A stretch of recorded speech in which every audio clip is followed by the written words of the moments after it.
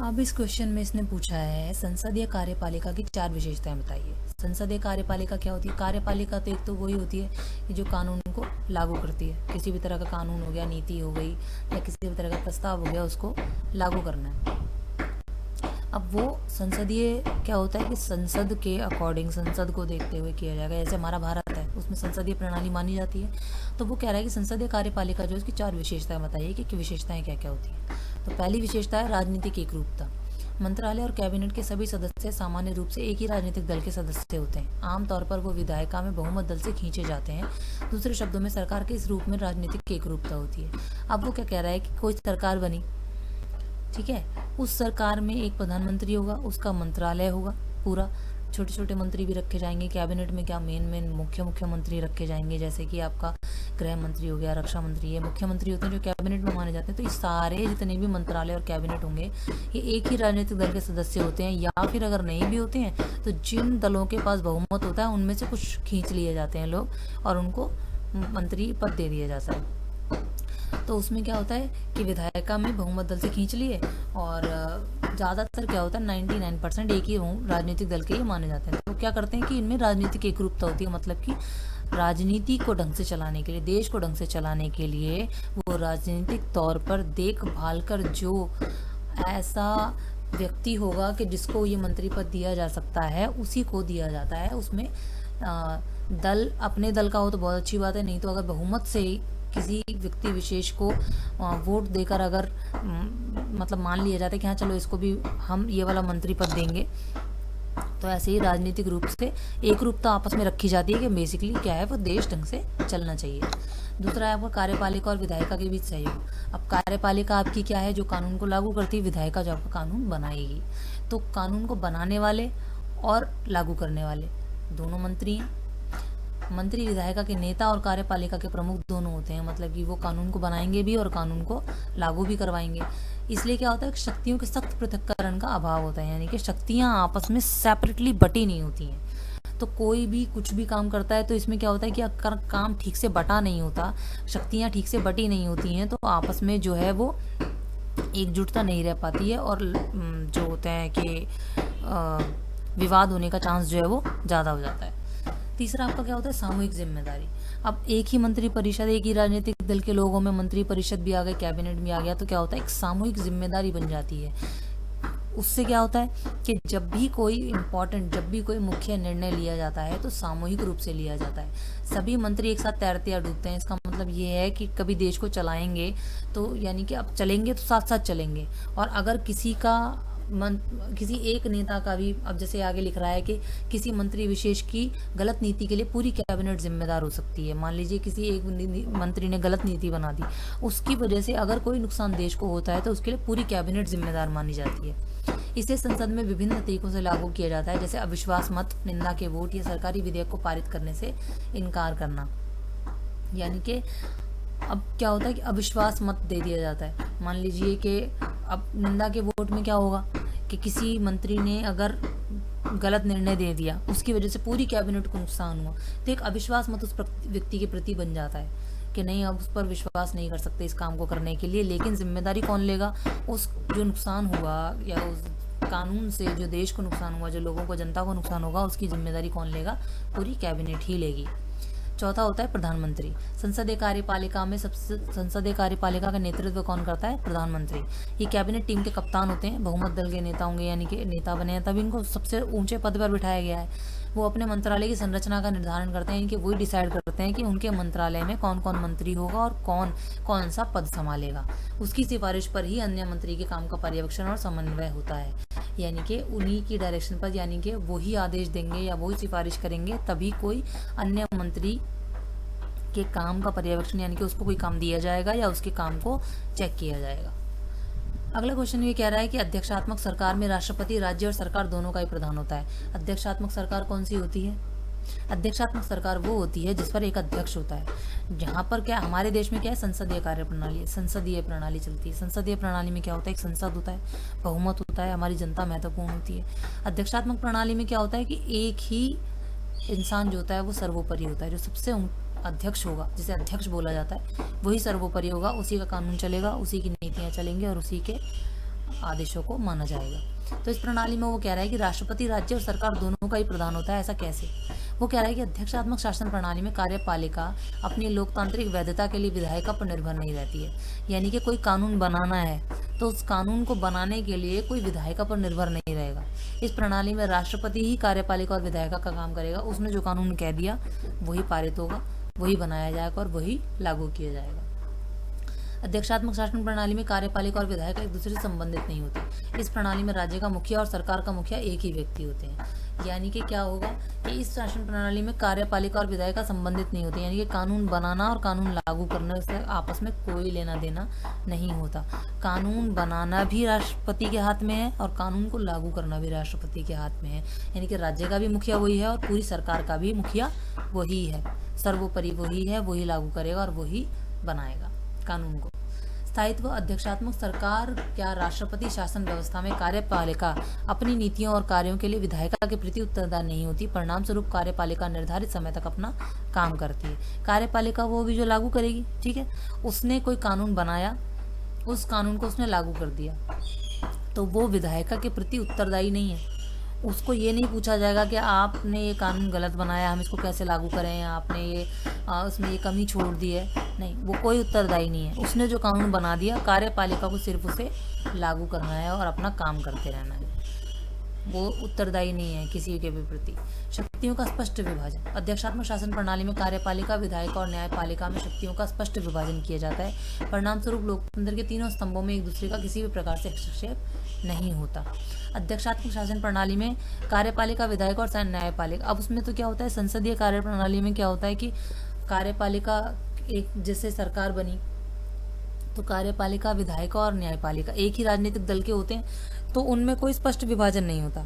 अब अध्यक्षात्मक शासन प्रणाली में क्या होगा, राष्ट्रपति है, राष्ट्रपति अपने हिसाब से लोगों को काम देगा, अपने हिसाब से लोगों को नियुक्त करेगा। इतने ही लोग मुझे नियुक्त करने कार्यपालिका के लिए, इतने लोग मुझे नियुक्त करने विधायिका के लिए और इतने नियुक्त करने हैं कार्यपालिका के लिए। तो वो अपने हिसाब से लोगों को नियुक्त करेगा और अपने हिसाब से उन्हें काम देगा। तो स्पष्ट विभाजन करने का काम उसका है, तो वो सेपरेटली अच्छे से वो उनको विभाजित कर देगा। उसमें कोई आपस में विवाद होने का या किसी भी तरह की लड़ाई होने का कोई चांस नहीं रहता है। और कोई आपस में एक दूसरे के काम में हस्तक्षेप भी नहीं करता। किसी को कोई काम में दखल देने की इजाज़त नहीं होती है। कार्यपालिका अपना काम करेगी, विधायिका अपना काम करेगी और न्यायपालिका अपना काम करेगी। विशेषज्ञों द्वारा शासन अध्यक्षात्मक शासन प्रणाली में राष्ट्रपति के द्वारा अपनी कार्यपालिका के सदस्यों को नियुक्त किया जाता है। राष्ट्रपति कार्यपालिका के सदस्यों की नियुक्ति करते समय उनकी विशेषज्ञता को अत्यधिक महत्व देता है। अब अध्यक्षात्मक शासन प्रणाली में जब सब कुछ उसी के हाथ में है, तो वो क्या करता है कि संसदीय प्रणाली में तो एक राजनीतिक दल है, वो राजनीतिक दल जीता, उसने अपनी सरकार बनाई।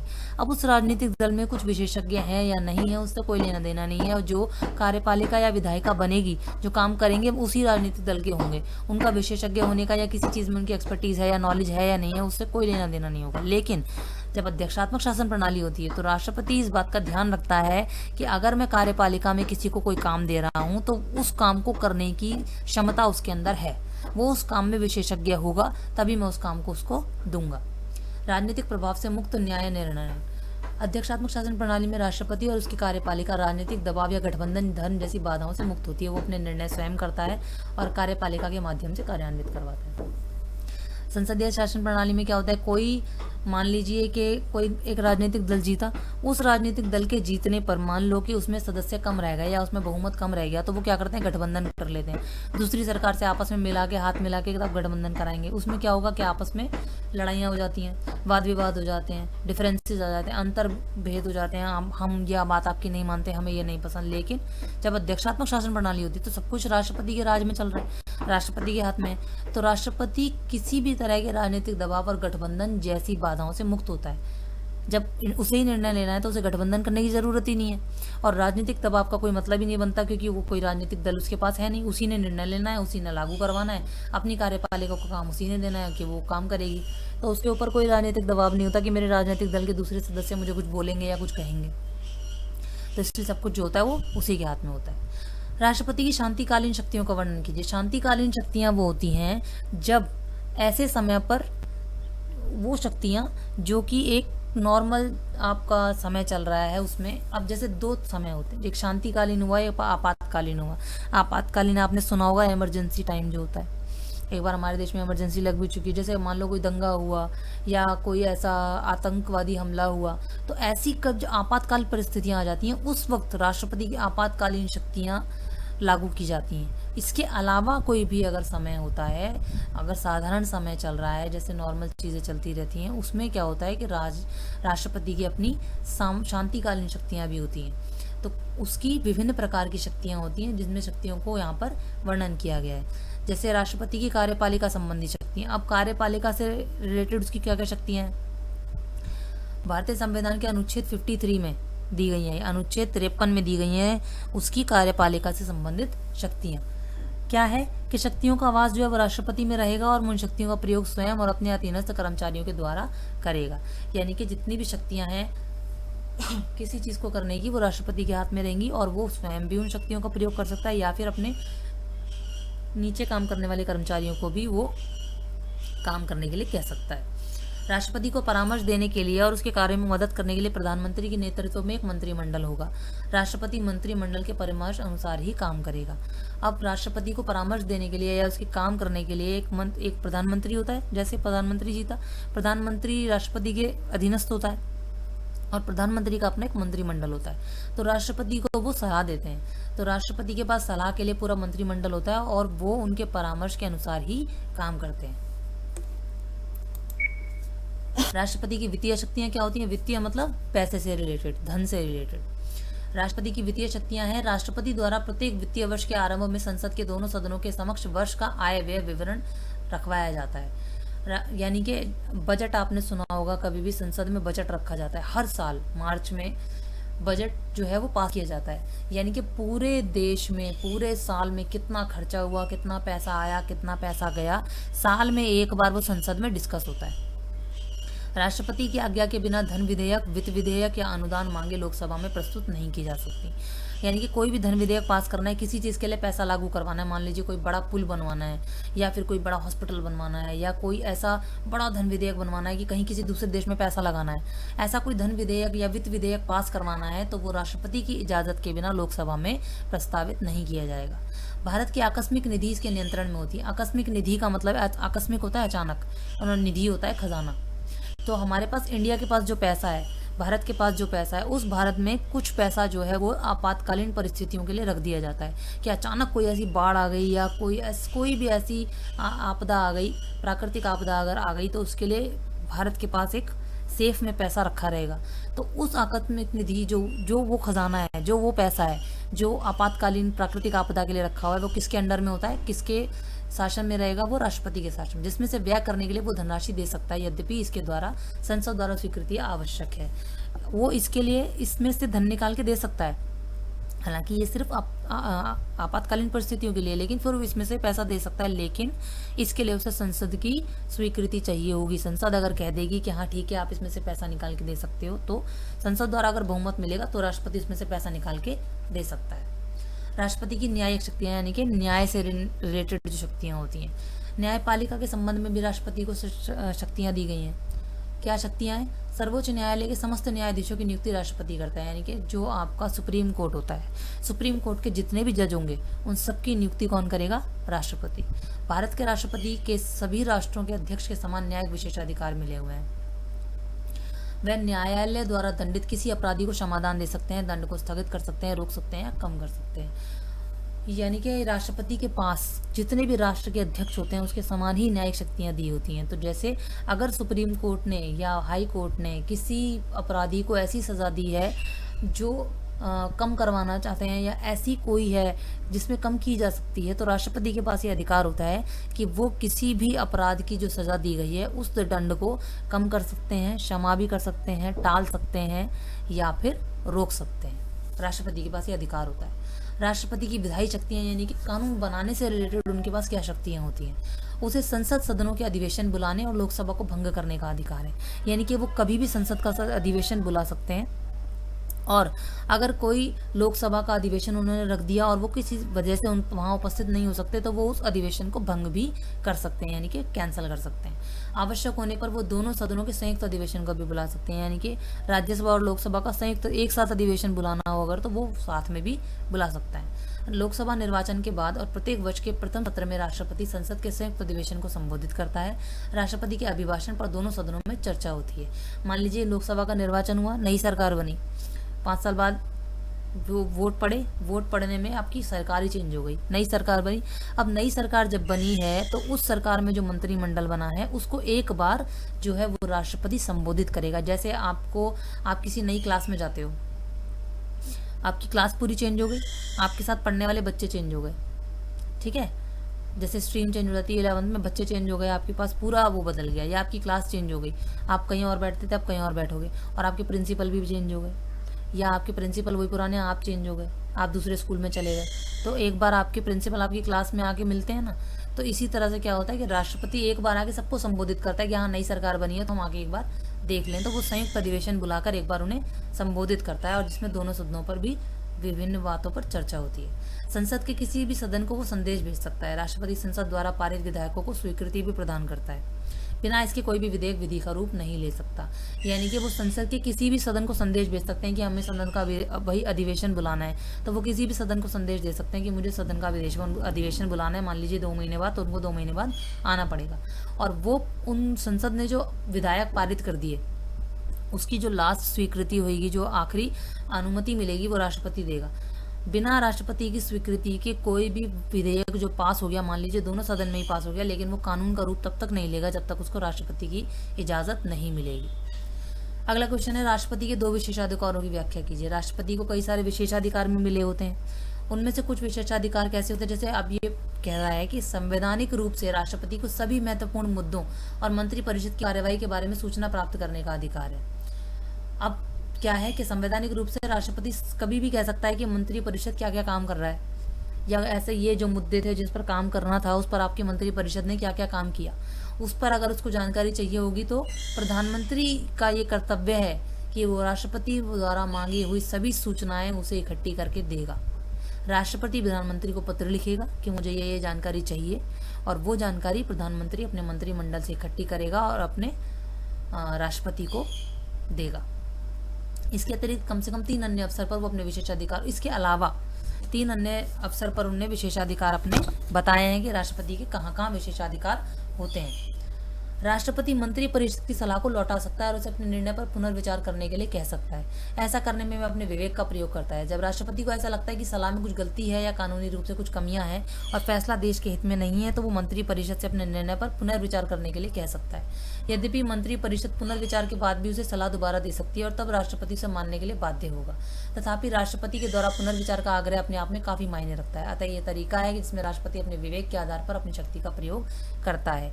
विवेक का मतलब है सोचने समझने की शक्ति।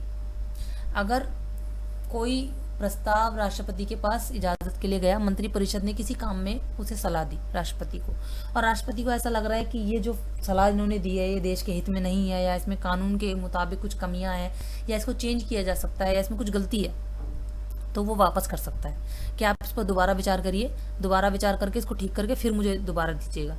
तो वो क्या करता है कि दोबारा वापस कर सकता है, और फिर दोबारा जब उसको सुधार कर मंत्रिपरिषद उसको देती है तब उसको वो माननी पड़ती है। लेकिन राष्ट्रपति अगर उसको दोबारा परामर्श करने के लिए कह रहा है तो वो भी अपने आप में एक बहुत चीज़ मायने रखती है। ये भी एक विशेषाधिकार है कि वो उसे वापस करने का अधिकार रखता है। इस तरह से वो अपनी शक्ति का प्रयोग कर सकता है। दूसरा क्या है कि राष्ट्रपति के पास वीटो की शक्ति होती है, निषेधाधिकार की, जिससे वो संसद द्वारा पारित विधेयक पर स्वीकृति देने में विलंब कर सकता है। विलंब मतलब देरी करना। स्वीकृति देने से मना कर सकता है। संसद द्वारा पारित प्रत्येक विधेयक को कानून बनने से पूर्व राष्ट्रपति की स्वीकृति के लिए भेजा जाता है। राष्ट्रपति उसे संसद को लौटा सकता है, उस पर पुनर्विचार के लिए कह सकता है। वीटो की यह शक्ति सीमित है क्योंकि संसद उसी विधेयक को दोबारा पारित कर दे और राष्ट्रपति के पास भेजे तो राष्ट्रपति को उस पर स्वीकृति देनी पड़ेगी। लेकिन संविधान में राष्ट्रपति को उस पर अपनी स्वीकृति देने के लिए लेकिन राष्ट्रपति पर ऐसी कोई सीमा निर्धारित नहीं होती जिसके अंदर ही उस विधेयक को पुनर्विचार के लिए लौटाना पड़े। इसका अर्थ ये हुआ कि राष्ट्रपति किसी भी विधेयक को बिना किसी समय सीमा के अपने पास लंबित रख सकता है। इससे राष्ट्रपति को अनौपचारिक रूप से अपने वीटो को प्रभावी ढंग से प्रयोग करने का अवसर मिल जाता है। अब इसमें ये क्या कहना चाह रहा है, इसमें कह रहा है कि राष्ट्रपति के पास एक वीटो पावर होती है। वीटो पावर का मतलब क्या है कि वो किसी चीज़ को मना कर सकता है। मान लीजिए उसके पास कोई विधेयक आया, धन विधेयक को अलावा उसके पास कोई भी विधेयक आया, मंत्रिपरिषद ने कोई विधेयक उसके पास स्वीकृति के लिए भेजा और उसको वो ठीक नहीं लग रहा, तो वो उसको मना कर सकता है उसको वापस भेज सकता है या उसको अपने पास रख सकता है, देरी कर सकता है उसको जवाब देने में, उसके पास ये अधिकार होता है। लेकिन ये जो वीटो पावर होती है ये भी सीमित होती है, ये वो एक विधेयक पर एक ही बार यूज कर सकता है।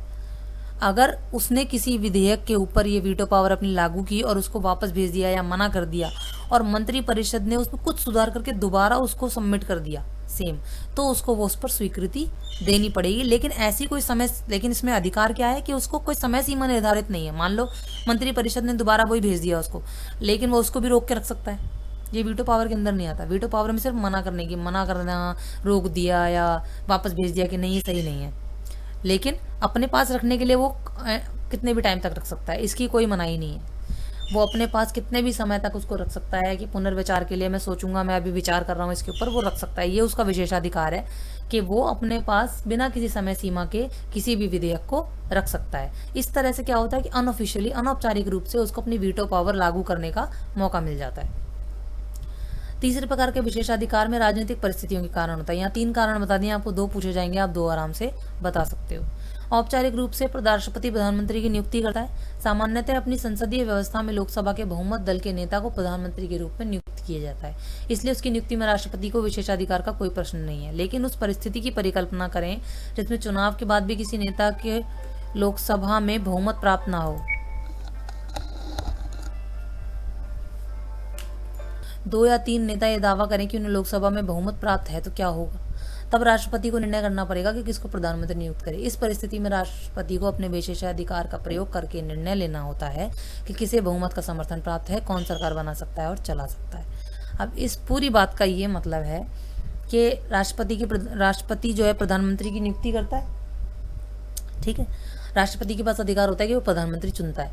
अब प्रधानमंत्री चुनने का क्या है कि उसमें कोई विशेषाधिकार का इस्तेमाल करने की उसको जरूरत नहीं है। जैसे मान लीजिए कि जो भी राजनीतिक दल जीता, उस राजनीतिक दल में बहुमत देकर जिस भी व्यक्ति को सबसे ज्यादा वोट दिए गए उसको प्रधानमंत्री बना दिया जाता है। राजनीतिक दल कहता है जी हम इसे प्रधानमंत्री बनाना चाहते हैं, तो राष्ट्रपति को उसे प्रधानमंत्री बनाना पड़ता है। उसने प्रधानमंत्री उसको बना दिया। लेकिन अगर कभी ऐसी कंडीशन आ गई, मान लीजिए कि कोई राजनीतिक दल जीता और उसने 2 या 3 व्यक्तियों को कह दिया कि जी हाँ, मान लीजिए 10 लोगों में से 3 ने 1 को वोट दिया, 3 ने 1 को वोट दिया, 2 ने 1 को वोट दिया। अब 3-3 वोट वाले 2 व्यक्ति हो गए।